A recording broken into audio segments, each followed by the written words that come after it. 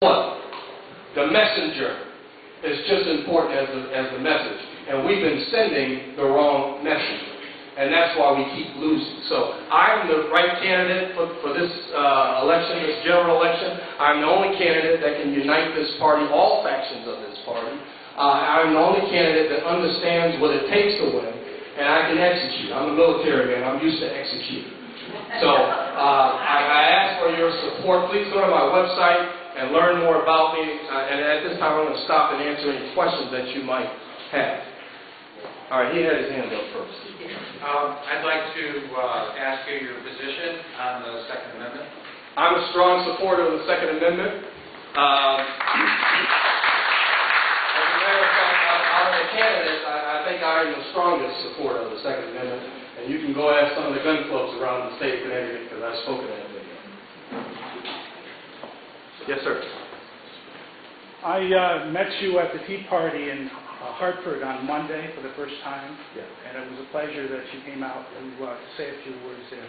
And after that, I did a little research into your campaign and when you announced, and I noticed you said that in the article I read that you were a lifelong Republican, but you voted for Obama in 2008. And my question is, tell me why that vote does not disqualify you as running for a Republican in 2012. Right. Thank you for the question. First of all, I've been a lifelong Republican except for the last couple of years of the W. Bush administration, where I switched to being independent. That's right on it should be on my website if it's not there. So, I've been a Republican in name, and I've been a Republican in faith for many years. Now, I didn't vote for Obama. I voted against McCain, and I'll tell you why. How many veterans in here? How many people that raise their hand that are veterans? How many of you have ever served on active duty during time of war? Okay, just a few of you. McCain lost the majority of the military vote in 2008. And he lost that because of his stance on the wars in Iraq and Afghanistan. McCain said that he was going to expand our role in Iraq and Afghanistan, and that was all he needed to say to lose the military vote. All right?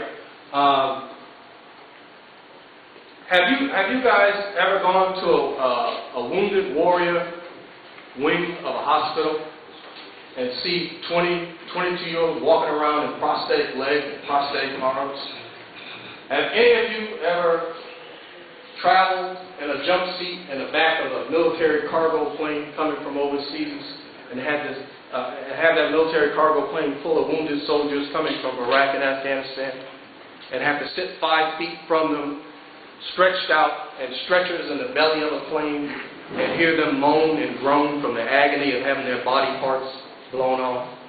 And the only thing you can do to comfort them is to go hold their hand and tell them that they're safe now and everything will be all right. Have any of you had that experience?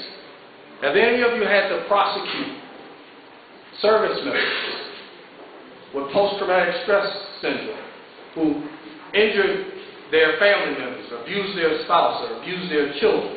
Not because they would normally do that, but because they were having a flashback from being in a combat zone in Iraq and Afghanistan.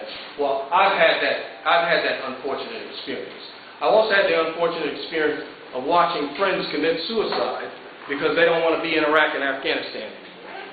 So any candidate that says he was going to expand our operations in Iraq and Afghanistan, seeing up close and personal the toll that it was taking on our military members, I was not going to vote for.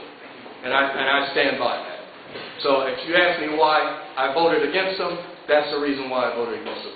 Our military is stretched thin. Our military is stretched thin. Right now, if Iran, China, Russia, and North Korea got together and attacked us right now, we'd be hard-pressed to defend ourselves.